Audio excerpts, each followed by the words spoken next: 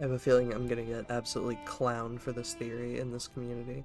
I don't know why, it's not like it's a bad theory or anything, but, you know. Also, background footage is just me getting owned by every boss I fight for, like, I don't know, however many minutes this video is. Have fun watching me get owned while listening to my stupid commentary. I've been absolutely addicted to Elden Ring for the past few months, and the lore is insanely cool. I've been entirely absorbed into it and have not been let go. But I got thinking, because I've never seen anybody talk about these weird death birds in Elden Ring, so I decided to take a look into them, and I found some really interesting things. First off, they seem to be the demigod children, or the god children, I guess, of an old god called the Twin Bird. The Twin Bird seems to have been the Marika of sorts of a previous age, one before the Erd Tree. It's mentioned briefly in the Twin Bird Kite Shield, but that is the only place that this key figure is mentioned. It's pretty weird, isn't it? Well, what if it isn't the only reference to this Twin Bird? Before we get into the crazy part of this theory, we know that Deathbirds are similar to the Empyreans in the way that they were born of one god, but they didn't take up the position of this god like the Empyreans would. They're not considered demigods in-game, nor do they seem to hold much importance anymore. They seem to have been previous deliverers of destined death to the lands between, as they hold the Ghost Flame, which delivers a death ritual to those it attacks.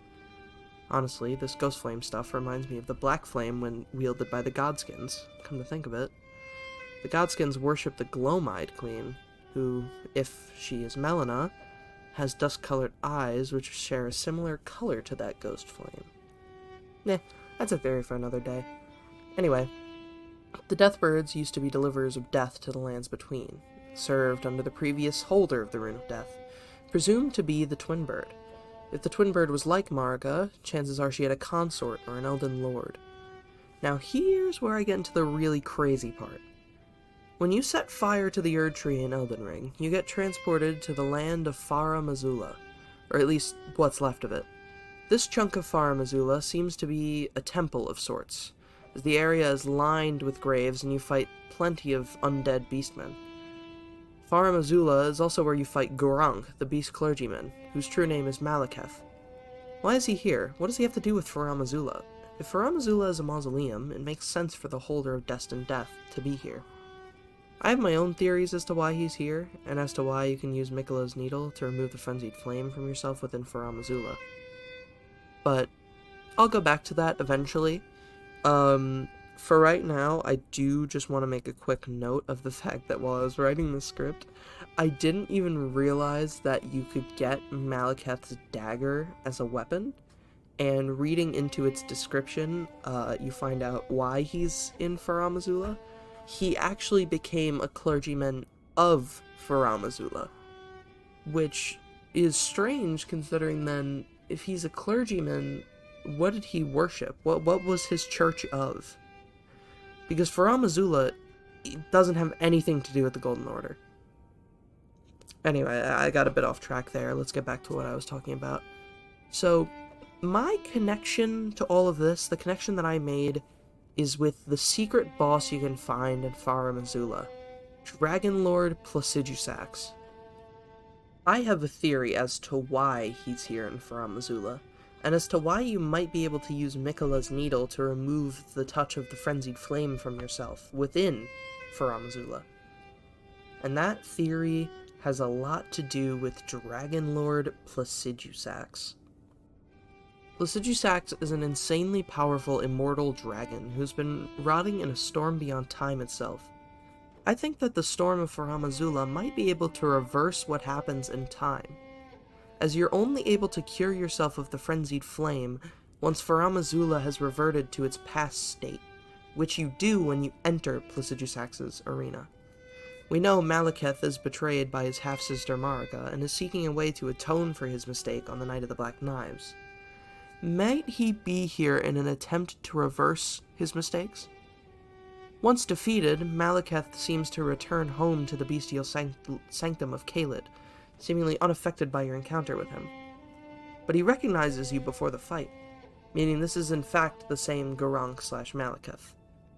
But how can he be in two places at once? It all goes back to Dragon Lord Placidusax. He seems to have created a storm beyond time to encase himself in his home in so he can wait for his god to return. Now the game specifically says his god, not the Greater Will, not Marika, not an outer god, but the god he was a consort to. Because Placidusax was the Elden Lord of an age before the Erd Tree. You know who else had a god who fled them when the Erd Tree was planted, leading to them rotting and being abandoned? Our friends the Deathbirds. For more evidence, Placidusax is a 5-headed dragon, and has a resemblance to the Fingers.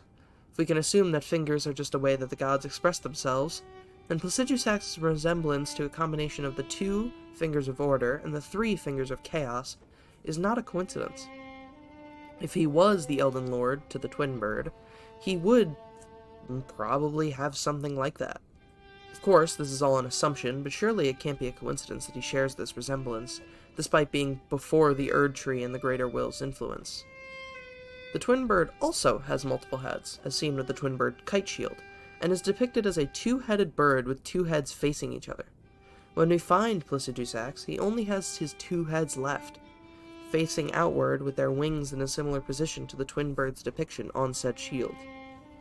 I honestly can't believe no one's made this connection, despite it being basically a stretch, but it's a really weird coincidence, right?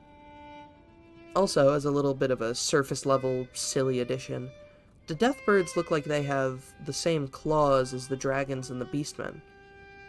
They're birds. Doesn't make sense unless they have a relation to the dragons and beastmen. Of course, this is all speculation, a little goofy theory, but it is an interesting thought. I just want to say one last thing before the video ends here.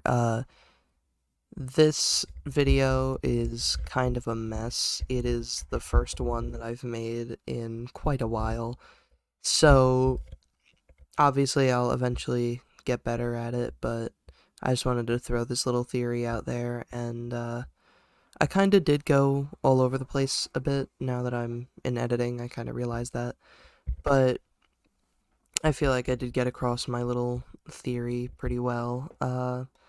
I am going to go a little bit more into the whole Glowmide Queen thing eventually in another video. And that's connections to the Raging Wolf and the Godskins and what they might have to do with the Ghost Flame. Because I just thought it was interesting that they use flame in all of these. Like the flame, the flame of ruin, you know, was able to destroy the Erd Tree, and the flame of frenzy, and the black flame, and the ghost flame. All of these have to do with gods, and death, and destruction, and I'm really curious as to why. Like, what do they have to do with each other? And I'll explore that in another video, I think. For now, this is it, and I hope you guys enjoyed. If you want to see more, do what every YouTuber tells you to do. Just, you know, like, subscribe, all that other stuff. Yeah, and hope you guys enjoyed. I'll see you next time.